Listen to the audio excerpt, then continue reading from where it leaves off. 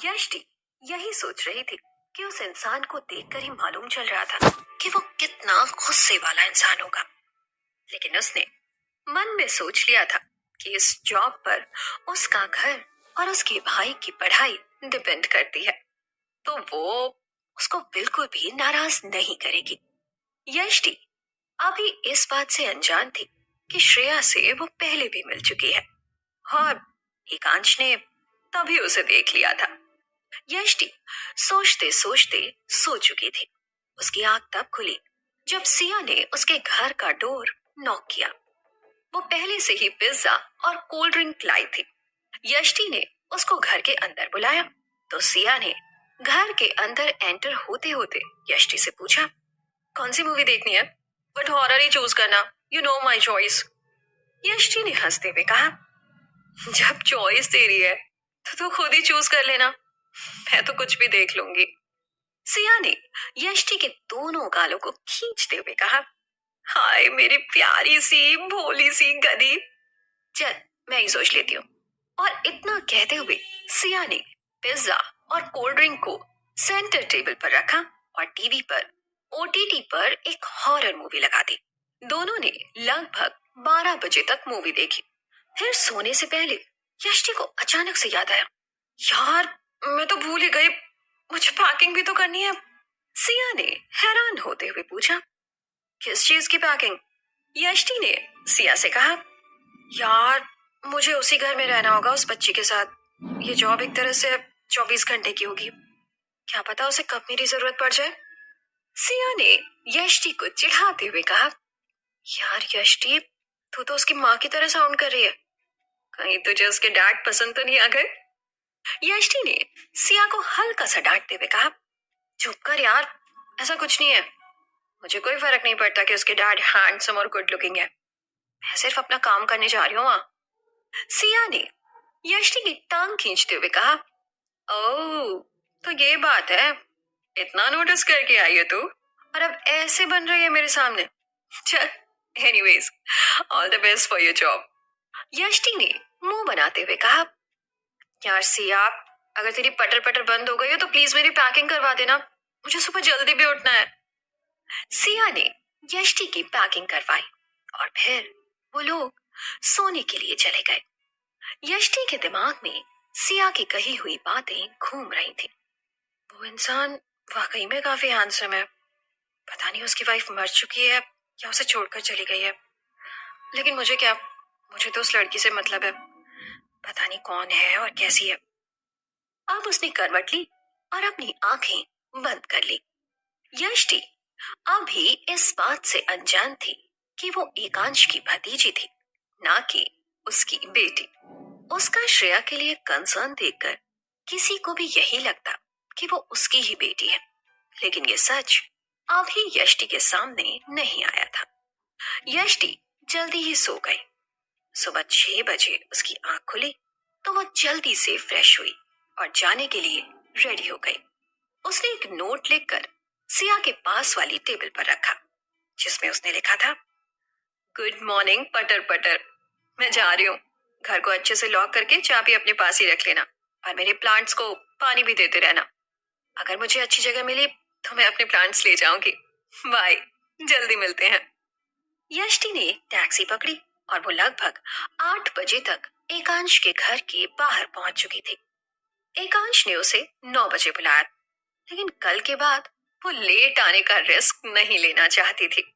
यष्टि को सबसे पहले अनुज ही मिला, जिससे यष्टि ने एकांश से मिलने का पूछा। आज तो अनुज का तेवर बदला हुआ था। आखिरकार यष्टि काफी खूबसूरत थी और उसको देखकर कोई भी इम्प्रेस हो सकता था, और अब वो उसी घर में काम करने वाली थी, तो उससे लड़कर तो काम नहीं किया जा सकता। सोचकर अनुज उसे एकांश के पास लेकर गया, लेकिन एकांश अभी जिम में था, तो अनुज ने यष्टि को हॉल में वेट करने के लिए कहा। यष्टि वहीं हॉल में बैठ गई। काफी देर तक जब एकांश नहीं आया तो यष्टि बैठे बैठे बोर होने लगी। उसे तो बस उस लड़की से मिलने की इच्छा थी। अब उसे प्यास भी लगने लगी थी, लेकिन किससे पानी को बोले, सोचकर वो किचन ढूंढने लगी। लेकिन इतने बड़े घर में किचन कहाँ हो सकता है सोचकर वो इधर उधर अपनी नजरें दौड़ा ही रही थी कि उसने गलती से एकांश के जिम का डोर खोल दिया। जिस समय उसने डोर खोला था उस समय एकांश ने भी उस डोर को अंदर की तरफ से खोल दिया बाहर आने के लिए।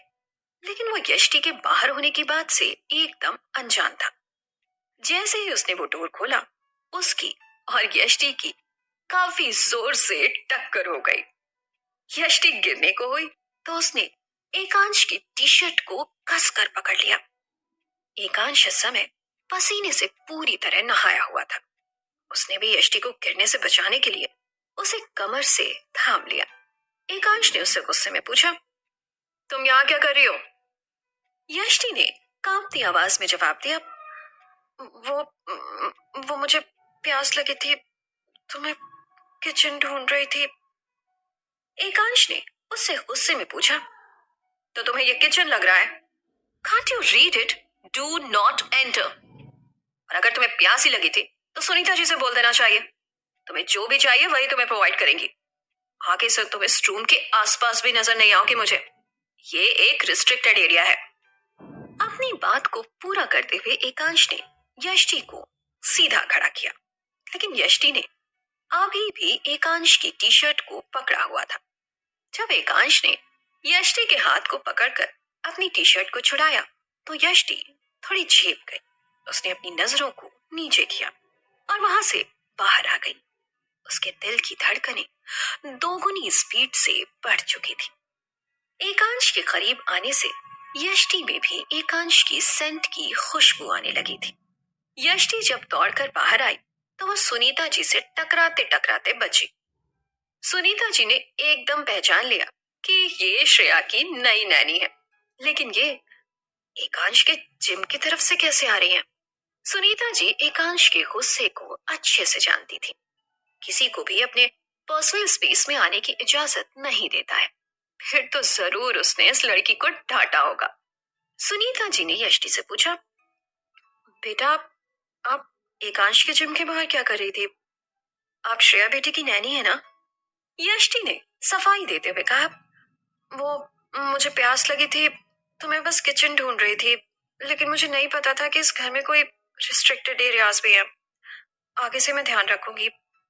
सुनीता ने यष्टि को समझाते हुए कहा, वो एकांश बेटा को किसी का भी अपने रूम और जिम में आना पसंद नहीं है। वो अपने पर्सनल स्पेस में किसी को नहीं आने देते। मैं भी बस सफाई के लिए वहां जाती हूँ। चलो अब ज्यादा मत सोचो, मैं तुम्हें पानी देती हूँ पीने के लिए।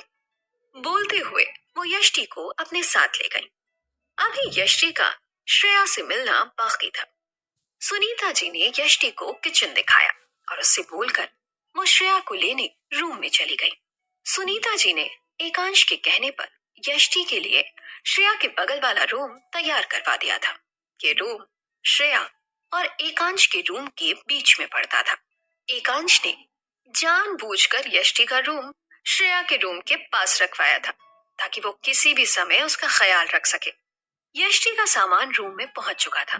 यष्टि जब से एकांश से टकराई थी उसे अपने अंदर से एकांश के परफ्यूम की ही स्मेल आ रही थी जो उसे काम पर फोकस करने ही नहीं दे रही थी। लेकिन अभी सुनीता जी श्रेया को लेकर आने वाली थी तो वो नहाने भी नहीं जा सकती थी। अब तो उसे पूरा दिन इसी परफ्यूम की स्मेल के साथ गुजारना था। ये खुशबू बुरी नहीं थी, बस थोड़ी मैनली थी जिसकी वजह से यष्टि अनकंफर्टेबल फील कर रही थी। सुनीता जी श्रेया को लेकर नीचे आ गई। जब यष्टि की नजर श्रेया पर पड़ी तो उसने उसे फौरन पहचान लिया। क्या ये वही लड़की है जिससे वो कल ट्रैफिक सिग्नल पर मिली थी? सच में दुनिया एकदम गोल है। किस तरह से ऊपर वाले ने यष्टि को और उस क्यूट और इनोसेंट बच्ची को मिलाया था। 3 साल की वो छोटी सी क्यूट बच्ची, एकदम गोल गुलाबी गाल और प्यारी प्यारी बड़ी बड़ी आंखें। कोई भी एक बार देख ले तो उसे भुला नहीं पाए। श्रेया ने भी यष्टि को देखकर अपनी नजरें उठाई जो वो बहुत कम किया करती थी। लेकिन उसने ऐसा आज यष्टि को देखकर किया था। एकांश भी ये सब दूर से ही खड़े होकर नोटिस कर रहा था और सुनीता जी ने भी ये सब कुछ नोटिस कर लिया था। एकांश मन में सोच रहा था, सच में इस लड़की में कुछ तो बात है। जो श्रेया, जो कि किसी बात पर रिएक्ट नहीं करती, आज उस लड़की को देखकर दूसरी बार रिएक्ट कर रही है। पता नहीं क्यों, लेकिन यष्टि के आने के बाद से एकांश को लगा कि अब वो बेफिक्र होकर अपने ऑफिस जा सकता है। उसने ब्रेकफास्ट नहीं किया और अपना लैपटॉप बैग उठाकर वो फौरन ऑफिस के लिए निकल गया। तो दोस्तों,